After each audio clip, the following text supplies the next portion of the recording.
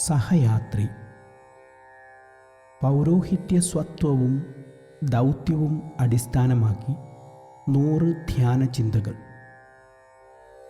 അവതരണം father Henry പട്ടരുമഠത്തിൽ എസ്.ജെ. മാതൃസംരക്ഷിതൻ.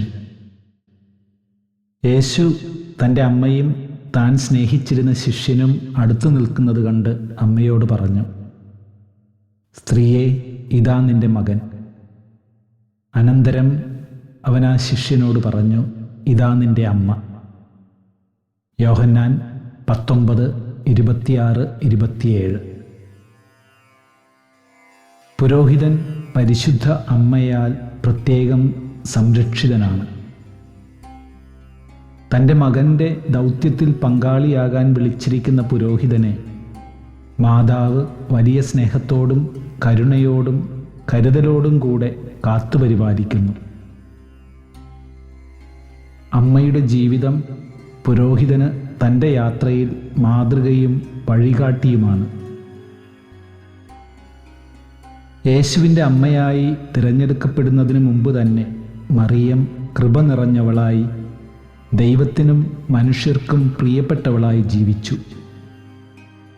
ഈ കൃപയുടെ നിറവാണ് കാലിത്തൊഴുത്ത് മുതൽ കാൽവരി വരെയുള്ള യാത്രയിൽ അമ്മയ്ക്ക് ശക്തി പകർന്നതും അനുഭവിക്കേണ്ടി വന്ന എല്ലാ പ്രശ്നങ്ങളെയും ധീരതയോടും വിശ്വാസത്തോടും കൂടെ നേരിടാൻ പ്രാപ്തയാക്കിയതും. ഈ കൃപയുടെ അനുഭവത്തിൽ നിന്നാണ് അമ്മ തൻ്റെ മകൻ്റെ കൂടെ നിന്ന് ദൈവതിരുമനസ്സിന് കീഴ്വഴങ്ങി ജീവിക്കാൻ പ്രാപ്തിയേകി അവനെ വളർത്തിയത്. സ്നേഹത്തിൻ്റെ, ത്യാഗത്തിൻ്റെ, ദൈവകൃപയുടെ, കൃതജ്ഞതയുടെ, സമർപ്പണത്തിൻ്റെ, അനുസരണത്തിൻ്റെ, കരുതലിൻ്റെ ജീവിതമായിരുന്നു അമ്മയുടെ ജീവിതം. നസ്രത്തിലും ബെത്ലഹേമിലും കാനായിലും ഖഫർനാമിലും കാൽവരിയിലുമെല്ലാം വച്ച് അമ്മയുടെ ജീവിതത്തിൽ സംഭവിച്ചവ പുരോഹിതനെ ശക്തിപ്പെടുത്തുന്നു. അമ്മ അവനോട് പറയുന്നു, മകനെ, നിന്റെ ജീവിതത്തിൽ അപ്രതീക്ഷിതങ്ങളായി പലതും സംഭവിക്കും. അപ്രതീക്ഷിതങ്ങളില്ലാതെ ഈ യാത്ര മുമ്പോട്ട് പോവുക സാധ്യമല്ല എന്ന് നിനക്കറിയാമല്ലോ. എപ്പോഴും എല്ലാ കാര്യങ്ങളും നീ കണക്കുകൂട്ടുന്ന പോലെ നടക്കണമെന്നില്ല. പക്ഷെ എന്ത് സംഭവിക്കുമ്പോഴും അമ്മ നിന്റെ കൂടെയുണ്ട്, നിന്നെ സഹായിക്കാൻ, നിനക്ക് വേണ്ടി മാധ്യസ്ഥ്യം വഹിക്കാൻ. ധൈര്യമായിരിക്കുക, മുമ്പോട്ട് പോവുക. നമുക്ക് തരണം ചെയ്യാൻ കഴിയാത്ത തടസ്സങ്ങളൊന്നുമില്ല. പുരോഹിതൻ്റെ ചെവികളിൽ ഗുരുവിൻ്റെ ശബ്ദം കൂടെ കൂടെ മുഴങ്ങുന്നു, ഇതാ നിന്റെ അമ്മ. ഇരു കൈകളും നീട്ടി ഏറെ വാത്സല്യത്തോടും സ്നേഹത്തോടും കൂടെ അമ്മ അവനെ ചേർത്തു നിർത്തുന്നു.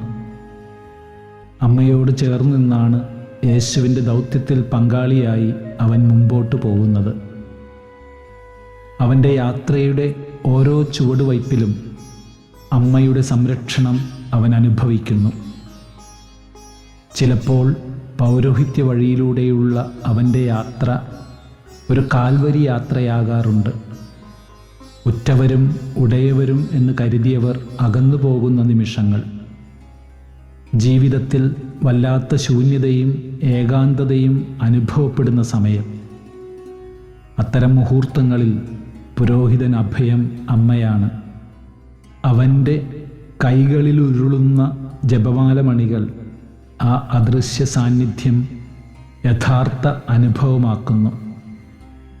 ഉള്ളിൻ്റെ ഉള്ളിൽ അവൻ ആ ശബ്ദം കേൾക്കുന്നു, മകനെ, ഇതാ നിന്റെ അമ്മ. ധ്യാനം.